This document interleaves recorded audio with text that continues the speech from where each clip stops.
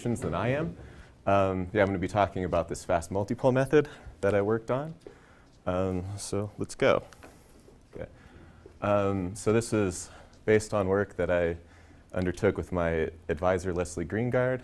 And I'm going to be applying this with Ludwig, Mary Catherine, and Brian in the near future. And it's been supported by the Air Force. I have a quick advertisement for something that's it's not fluids, so I figured I shouldn't really talk about it here, but it's a very new paper, so I wanted to put it out there. This is work I did with Manas Rach, who's at Yale right now, on integral equation formulation for the biharmonic equation subject to Dirichlet boundary conditions. So here you specify the value and the normal derivative at the boundary. It's based on Stokes flow kernels, so that's a little bit fluidy, but it allows you to solve clamped plate problems. It's kind of the classical physics that you would do with it. And it allows you to compute a C1 function extension from inside a domain. And here I just have an image that we created of solving a clamped plate problem on a boundary that is kind of, it's square with rounded corners, and it's got a bunch of holes in it. So you can do pretty much arbitrary geometries with it, which is pretty nice. Anyway, so that's not this talk. What is this talk? So here we're pretty deep in the loop here, and I'll explain what I mean by that. Say you have a modeling problem, and at some point you decide, perhaps begrudgingly, that you need to simulate Navier-Stokes, and then you say, let's use an integral equation method to do that. And to make it fast, we're going to need a fast multipole method. And then you're writing your fast multipole method, and you ask yourself, what are the appropriate special functions for this kernel? Okay, so that's where we are. We're in here deep. Okay. So what are the Navier-Stokes equations? I imagine you're pretty familiar with these. Okay, so I'm not going to get too deep into this, but you've got your momentum equation, and then you've got this divergence-free constraint, and we're going to look at no slip boundary conditions, but you can use others. Okay, and in IMEX, so implicit, explicit Euler discretization of these equations, you end up with something like this. Okay, so we've thrown just the nonlinearity on the right-hand side. We're going to treat that explicitly, and implicitly, you're going to treat this diffusive term. So you get an expression like this. So we won't really treat it as a projection here. We're going to represent it so that it's kind of naturally divergence-free. So how do you solve this kind of equation to advance in time? The classical kind of integral equation thing to do is to split your solution into a particular and homogeneous solution. So your particular solution is just going to satisfy your equation with the right-hand side. You want it to be divergence-free, and you're going to ignore the boundary conditions for the particular solution. Okay. And then for the boundary correction, the homogeneous term, you're going to solve what's called the modified Stokes equation. So that is shown here. Okay. It's got a 0 right-hand side, so you can use a boundary integral to represent that. You still have to satisfy the divergence-free condition, and then you use the boundary condition for this equation to correct and satisfy the original no-slip boundary conditions. Okay, so we're focused here because this can be taken care of with other techniques. How do you determine the pressure? Oh, the pressure, there's a complicated expression for it. It's in terms of layer potentials and things like this. The lowercase f is your boundary condition. The uppercase f is the collection of the forces on the right-hand side. So it includes the nonlinear term that you're treating explicitly. Right, and it has this delta t because as time goes to 0, you shouldn't move. Right? Okay. So how are we going to represent our boundary correction? Well, we're going to use the modified Stokes lit. So we're going to let lambda be the square root of the Reynolds number over delta t.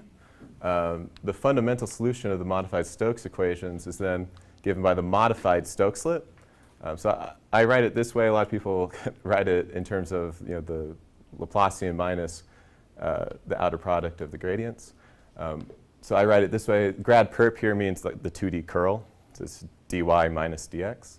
And so I like to write it this way because it's obvious that it satisfies the divergence-free property. So we've got this kind of strange expression, grad perp, outer product, grad perp of g.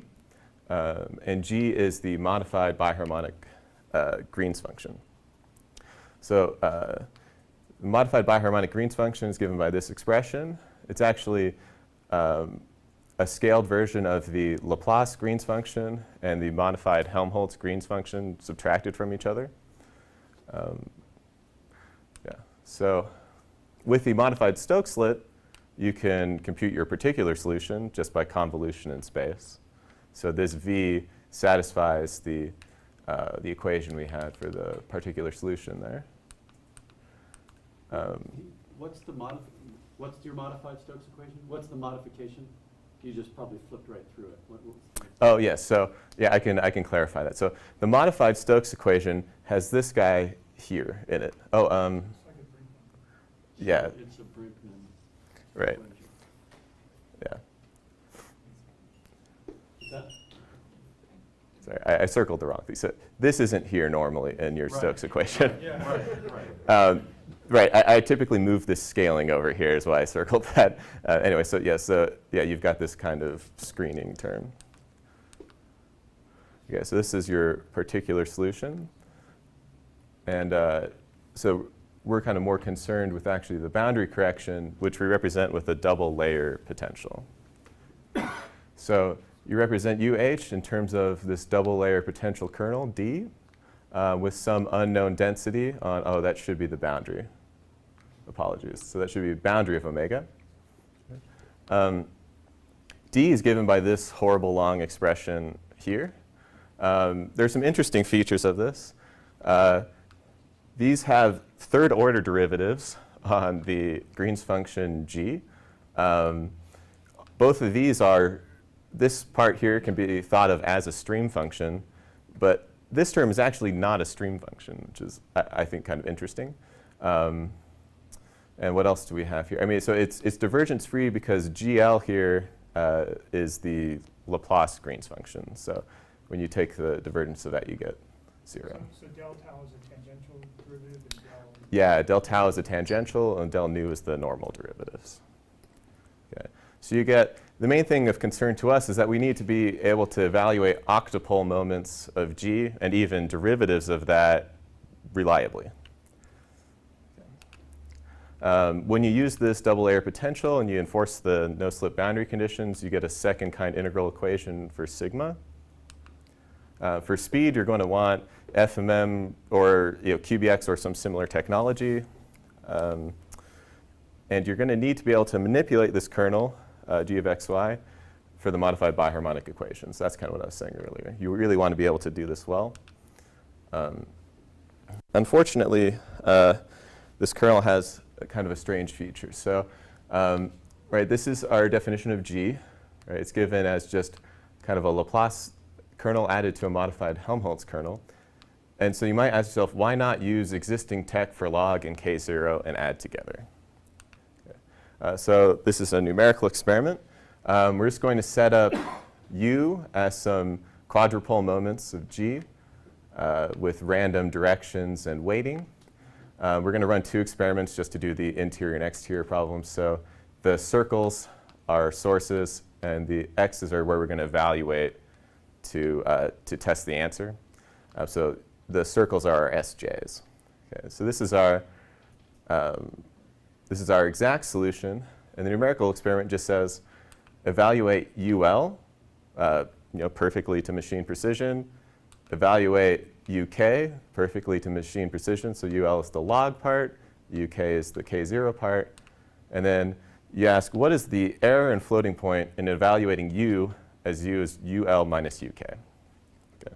So you set this up, and you find that it doesn't work very well. So as you change the size of R, would be the radius of the disk, times lambda, which is the square root of Reynolds number divided by delta t, As that gets smaller, the error blows up rather quickly. So I've got plotted here the error in the potential, the gradient, and the Hessian. So because we're using quadrupole moments, we really still need the gradient and the Hessian to be good. We see that the gradient and the Hessian grow rather quickly as, it's the orange, as lambda r gets smaller. And that happens for both the interior and the exterior problem. Okay. So now that we've seen this, we can't just use tools that we already have and love. We're going to have to do something else. So we're going to analyze the modified biharmonic equation a little bit more closely. So I'm going to look at just the separation of variables approach to solving this equation on the interior or exterior of a disk. So this is the modified biharmonic equation. It's actually the composition, right, of the Laplace and modified Helmholtz equations. And we're going to look at it with Dirichlet boundary conditions. But that's just to kind of make it clear what's going on. The analysis really applies to any boundary condition here. Okay.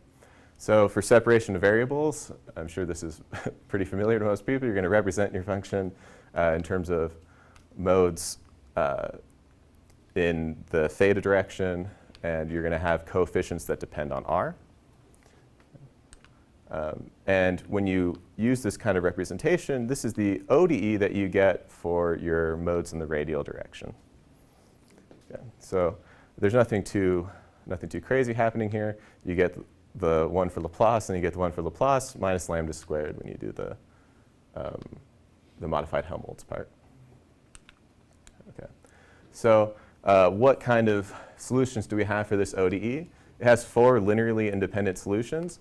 They're not too surprising. They're the solutions for the Laplace operator, and they're the solutions for the modified Helmholtz. So this notation might not be as familiar. In is the modified Bessel function that's similar to J with a imaginary input, and K is like is the modified Bessel function, which is like a Hankel function. Okay. So those are our 4 linearly independent solutions to this ODE.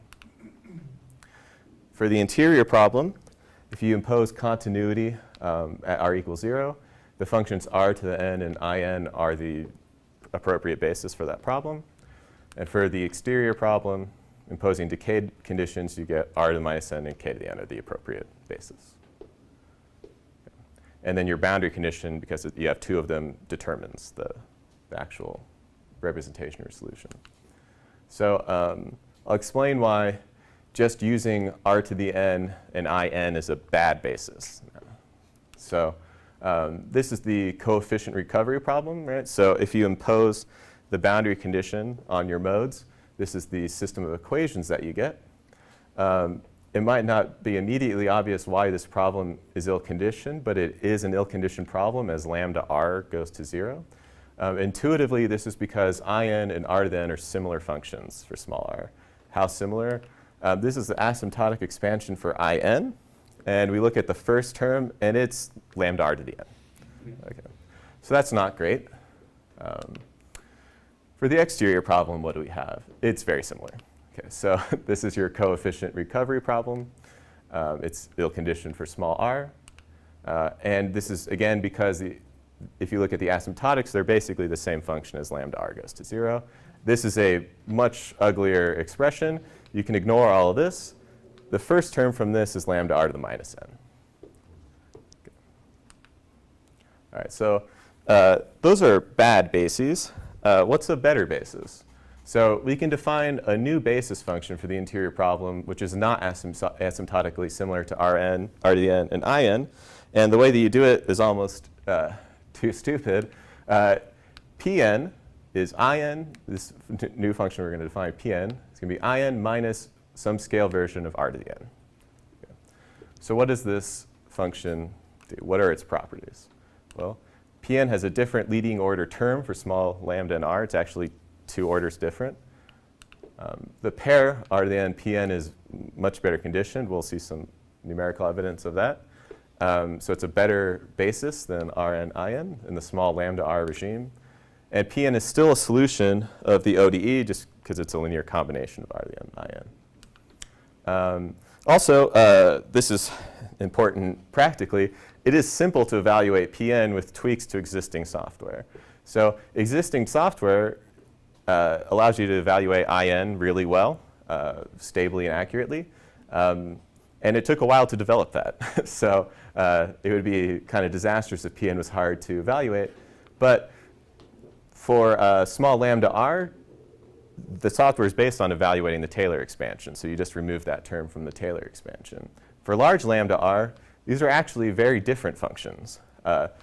IN blows up exponentially, lambda r blows up polynomially. So when it's large, you can actually just use the software and subtract them. Okay. You can do the exact same thing for r to the minus n and kn. We've called it qn, which I realize might not be the best name because it's some different type of modified Legendre polynomial is called that. But this is the correct scaling for that. It also has a different leading order term, small lambda and r. The pair qn-kn is better conditioned. Qn is still a solution because it's a linear combination, and it's simple to evaluate it with tweaks to existing software. Okay, so when I say that it's a better conditioned basis, what does that mean? So here's some numerical results. I just form these matrices and evaluate their condition number.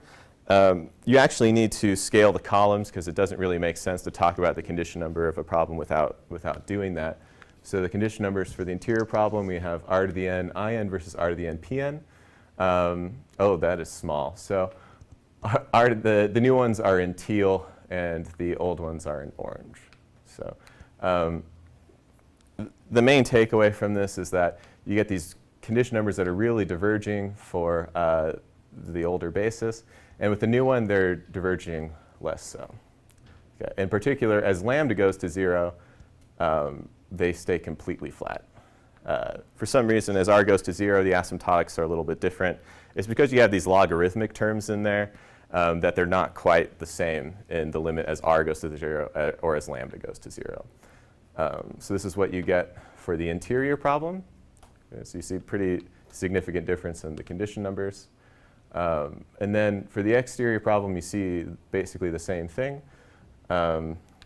Here, the 0 mode is actually fine no matter what you do because it's just logs and there's not much numerical cancellation there.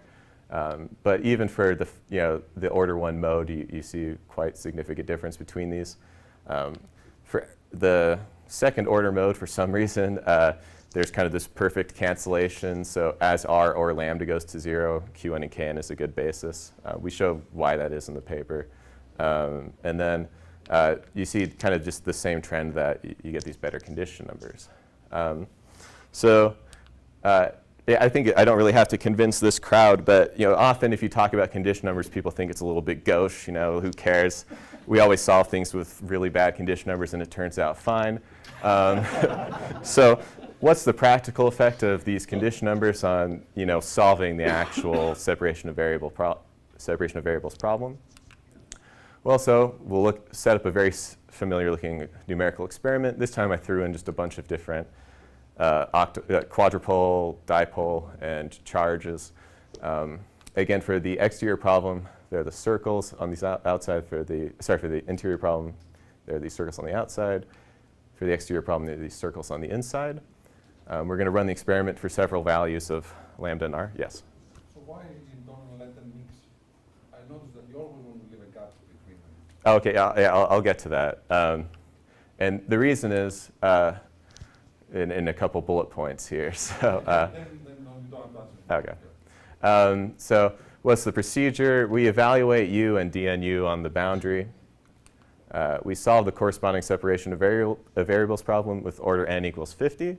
So that gives it's 100 points on the boundary with both sets of basis functions. Okay, actually, I'll say it here. So we're using order 50. If you do well-separated circles, you should get basically machine precision. That's the only reason. You'd have to really bump up the order if you move the sources closer. But you can switch to direct interactions. Yes. But I mean, here I'm trying to figure out, the quality of the basis The point functions. is that although the relative errors of the far field might be large, the absolute error because of the near contributions is going to be negligible. But Okay, yes. Right, this is so that it's always kind of well separated. You're going to evaluate the error in the potential gradient and Hessian, and yeah, it should be good to about machine precision with some precision loss in the derivatives because this mechanism actually differentiates. Okay, so for the interior problem, these are the errors that you get using R to the n Pn. Your values, your error really doesn't increase as lambda r goes to 0. With R to the n In, it does quite a bit. The top row is as lambda goes to 0, and the bottom row is as r goes to 0. They're actually very similar in this test. So the fact that the condition numbers were different as r goes to 0 doesn't actually seem to show up in the error in the solution. Okay, so for the exterior problem, it's the same thing. Right, you're getting much better error using this new basis. And there's not too much else to say about this. I suppose maybe I should explain. This dotted line is what you get just doing the exact difference like we did in that first numerical experiment. So the exact difference corresponds really closely with doing separation of variables with these bad bases. And it's kind of obvious why that would happen. Now it's time for a quick reality check. So these functions kind of solve the stability problem, but can they be used in an FMM?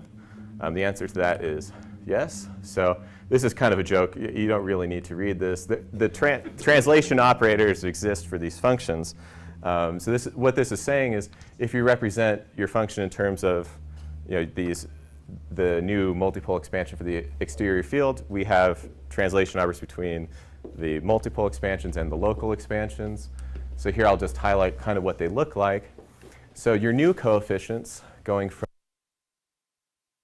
expansion look very similar to, this is basically the translation operator for modified Helmholtz. And then here you get terms that look like the translation operator for modified Helmholtz, and then actually your new basis function shows up again. So there's nothing special really that you'd have to do here to implement translation operators for these. Okay. So what is a fast multipole method? So it's based on a formula for representing the sum due to a localized subset of your points. So that's a multipole expansion. So we can use Qn and Kn for that. You need a formula for representing the sum due to points outside of a disk. So a local expansion, for which we can use R to the n Pn. That is a typo. You need formulas for translating between these representations. Those are the translation operators. Those will be in the preprint. That is not on the archive quite yet. They're also in my thesis, if you really need them today. And you need a hierarchical organization of your source and target points in space, and that's the same for every FMM. Okay, so setting up these kind of basis functions really just gives you a fast multipole method in the end. This has been written, and the idea of working with Brian Ludwig and Mary Catherine is to apply it to some fluids problems. Okay, so conclusion, that is what I just said. It is stable for fine grids and low Reynolds numbers. Okay. The future work we'd like to apply to fluids problems. This exact same thinking applies to the kernel for the bi-Helmholtz operator. It's exactly the same in 3 dimensions because you just cancel off this lower order term. And one nice thing to think about would be to work on some diagonal translation operators, because a question that might pop up as I'm putting up these slides is why not use a kernel-independent FMM? And the only reason to choose between any of these things would be slight changes in efficiency. So if we could make it a lot more efficient, that would be nice. And so it would be very cool to come up with diagonal translation operators. That's all. Thank you.